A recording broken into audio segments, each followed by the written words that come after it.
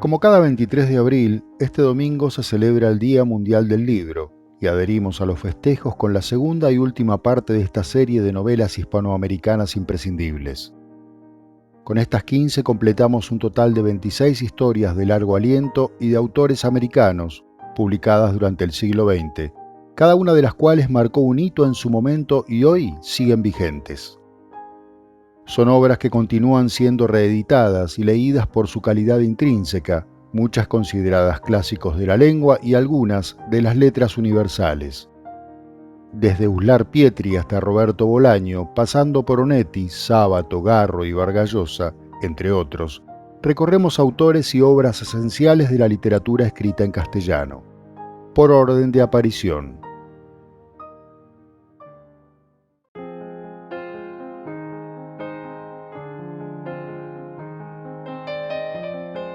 Para muchos, Las Lanzas Coloradas es la primera novela del realismo mágico. Incluso fue Arturo Uslar Pietri quien introdujo el término en su ensayo Letras y Hombres de Venezuela de 1948. El venezolano hace uso de una prosa evocativa, rítmica y sensorial para sumergir al lector en esta historia publicada en Madrid en 1931, en la que utiliza recursos innovadores y vanguardistas. En esta novela, Uslar Pietri explora las complejas dinámicas sociales, políticas y culturales de la Venezuela del siglo XIX, que lucha por su independencia y se dirige a la batalla de Carabobo. Para ello recurre a tópicos como la lucha de clases, que comienza a evidenciarse en las colonias, la esclavitud, la violencia, la identidad nacional y las complejas relaciones locales con la metrópoli española.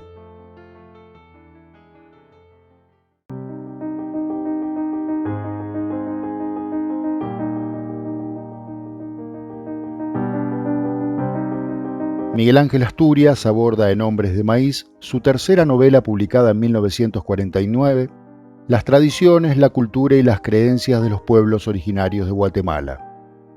Se trata de una comunidad aislada que de pronto se ve amenazada por colonos que pretenden explorar comercialmente sus tierras. Gaspar Ilom encabeza la resistencia de la comunidad contra los colonos, pero es asesinado. La rebelión fracasa y entonces nada puede impedir que el pueblo sea despojado de sus tierras. Por medio de metáforas y alegorías, del uso de elementos mágicos y simbólicos que refieren a la naturaleza y a los mitos aborígenes, Asturias presenta el mayor alegato literario a favor de la identidad cultural, la lucha por la justicia social y la libertad de los pueblos.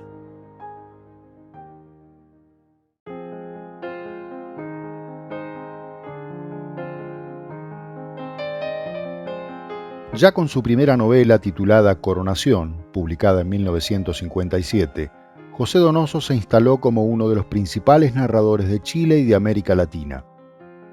La historia comienza con el cumpleaños de Lisa Grey de Ábalos, sobreviviente de una familia de alcurnia venida a menos, cuya lúgubre casona es fiel reflejo de esa completa decadencia social. Allí, entre la familia más cercana de la anciana, que concurre a la lúgubre fiesta, y el personal de la casa, se va configurando una historia que explora en contraste los universos psicológicos y pasionales de unos y otros. En esa mansión fantasmagórica, entonces, se desarrolla el drama entre aristócratas en el ocaso de su clase y lúmpenes que buscan hacerse con una tajada de esos despojos.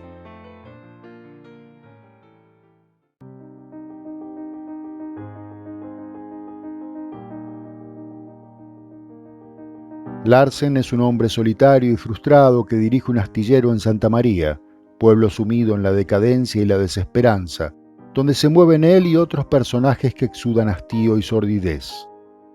Juan Carlos Onetti narra en El astillero, novela publicada en 1961, la decadencia económica y social de ese pueblo imaginario y la crisis personal de Larsen, mientras lucha por mantener el astillero a flote. A través de esta historia oscura, el escritor uruguayo explora amorosa y gradualmente temas como la soledad, la obsesión y la frustración. También la pérdida de la identidad en un mundo que cambia rápidamente y para mal.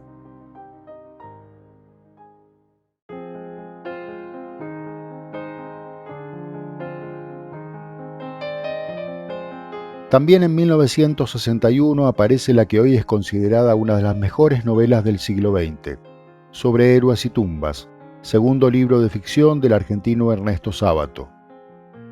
La historia se centra en Martín del Castillo, un joven abúlico y melancólico en busca de sí mismo, del sentido de la vida y su lucha contra la desesperanza. El protagonista se sumerge en la historia de la familia Vidal Olmos, intentando desentrañar qué le ha sucedido al padre de Alejandra. Fernando Vidal Olmos, narrador del alucinante Informe sobre ciegos.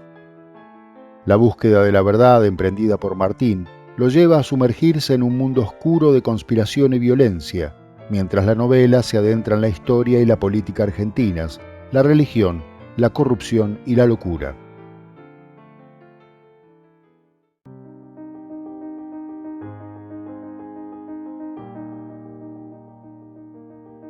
Tras varios años de viajes e investigación, Manuel Mujica Lainez dio a conocer Bomarzo en 1962, sobre la vida del excéntrico noble italiano Pier Francesco Orsini, duque de Bomarzo.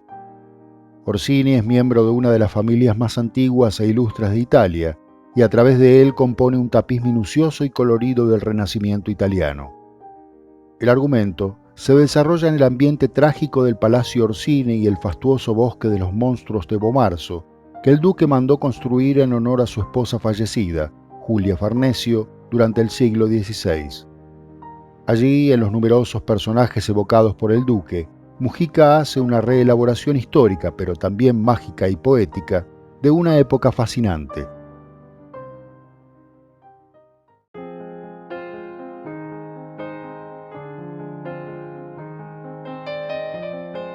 Por mucho tiempo, Elena Garro fue estigmatizada y solo recordada como esposa de Octavio Paz o amante de Bioy Casares, pero no como autora de los recuerdos del porvenir.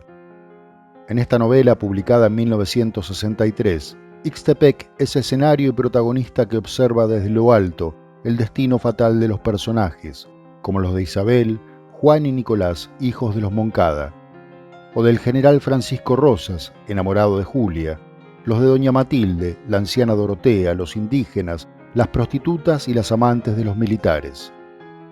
Ni ellos ni nadie puede escapar al destino de Ixtepec, signado por el general Rosas, que domina el pueblo y siembra sus calles de cadáveres. Todo parece sumido en un silencio opresivo que se trastoca con la llegada de Felipe Hurtado, quien rompe la monotonía y desencadena la tragedia final.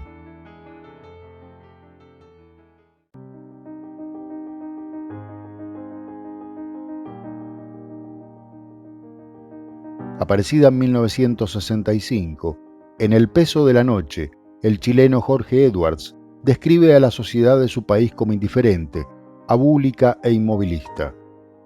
Esos personajes claves son Francisco, un joven que acaba de descubrir el sexo y se rebela contra la férrea educación jesuita que ha recibido, y Joaquín, su tío, considerado la oveja negra de la familia.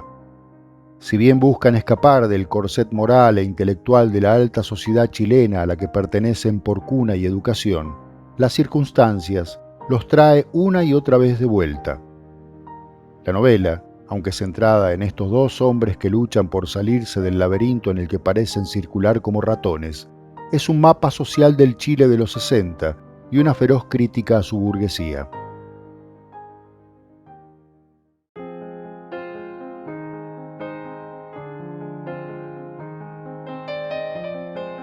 Publicada primero en francés y en 1969 en español, El mundo alucinante reversiona en clave paródica y fantástica la vida de Fray Servando Teresa de Mier. Innovadora en cuanto al lenguaje narrativo y a la escritura, en la segunda novela del cubano Reinaldo Arenas se mezclan aleatoriamente hechos históricos e irreales. El libro sigue a Fray Servando en sus aventuras por América y Europa, desde sus primeros años como fraile en México hasta su exilio en Italia y un posterior viaje a Francia. A lo largo del derrotero, el protagonista se encuentra con una serie de personajes extravagantes y eventos surrealistas, para lo cual Arenas utiliza un lenguaje original, creativo y experimental, recurriendo al neobarroco y a la intertextualidad para narrar lo verosímil y lo inverosímil.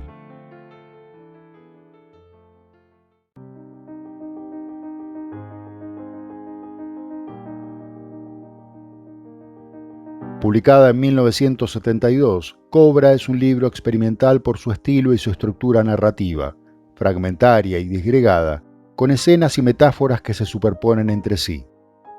Esta novela, la tercera del cubano Severo Sarduy, aborda el peregrinaje de Córdoba y su entorno para culminar lo que tanto ansía, completar su travestismo, convertirse finalmente en la bella mujer que desea ser.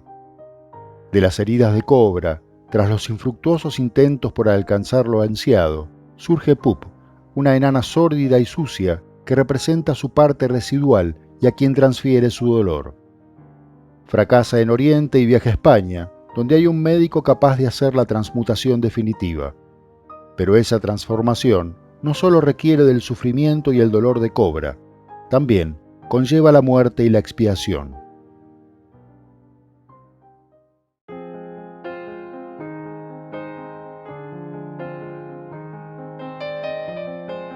Yo, el supremo dictador de la República, ordeno que al acaecer mi muerte, mi cadáver sea decapitado, la cabeza puesta en una pica por 3 días en la Plaza de la República, donde se convocará al pueblo al son de las campanas echadas al vuelo. Así, con esta sentencia garabateada en un papel clavado en la puerta de la catedral, es como comienza Yo, el Supremo, de Augusto Roa Bastos, novela editada en 1974. Se trata de un extraordinario ejercicio de profundidad narrativa que da testimonio, quizá como ninguna otra, de uno de los sangrientos males de América Latina en el siglo XX, las dictaduras. El autor paraguayo revela y cuestiona la realidad a través de una narración cuyos temas son básicamente la ética, la política y la historia.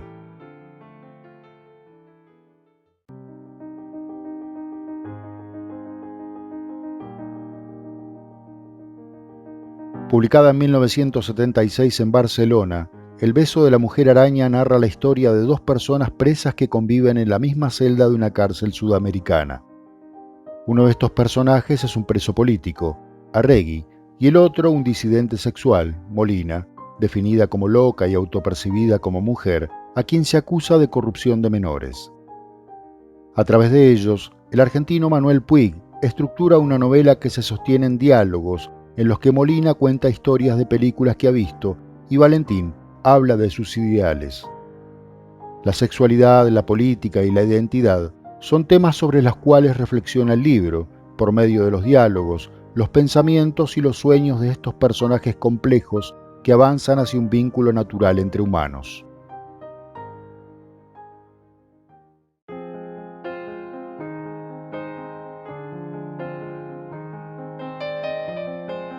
Libertos negros, indígenas y mestizos desarraigados y sumidos en la pobreza, carentes de los derechos más elementales en una tierra árida que casi no ofrece posibilidades siquiera de subsistencia.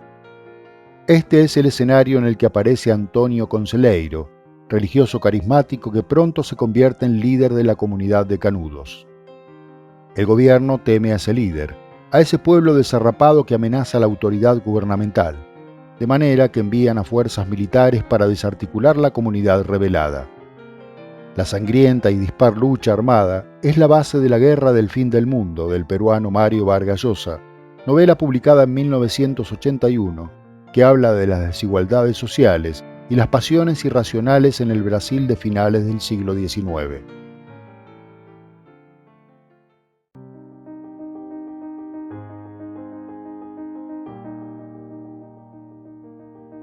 La venganza sin fin es el tema predominante de Leopardo al Sol. Publicada en 1993, en esta novela la colombiana Laura Restrepo parece hacer una metáfora de la guerra fratricida que durante décadas sacudió a su país, combinando corrupción estatal, guerrilla y carteles narcos. En esta historia, 2 familias emparentadas, los Barragán y los Monsalve, se enfrascan en una lucha sangrienta a partir del asesinato de Adriano Monsalve por parte de su primo hermano, Nando Barragán. Así, el objetivo final es exterminar al adversario, aunque con ciertas reglas que se imponen en medio de tanta sangre derramada inútilmente. Nadie puede atentar contra la vida de mujeres y niños, ni servirse de matones a sueldo. Además, solo vale matar de frente.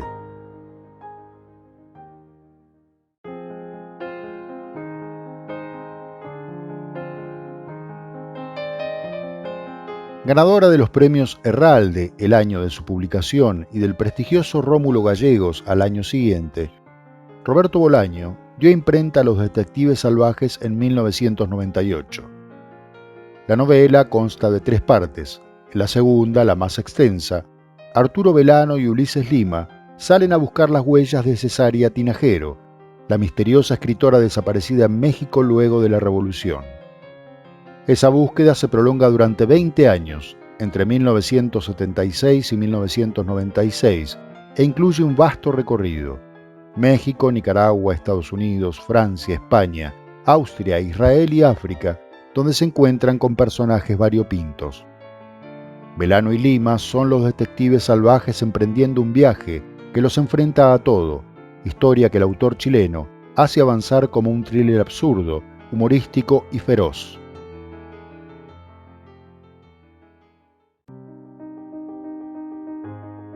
Como toda lista, esta también está cargada de subjetividad y hasta cierta arbitrariedad de quien hace la selección, por lo que hay ausencias y presencias tal vez injustificadas. De cualquier modo, espero que hayas disfrutado de este informe y dejes un comentario con tu opinión sobre el tema tratado, con tus posibles títulos y autores a añadir o a quitar. Si te gustó el video, no olvides compartirlo, darle me gusta, suscribirte al canal y activar la campanita de notificaciones. Muchas gracias.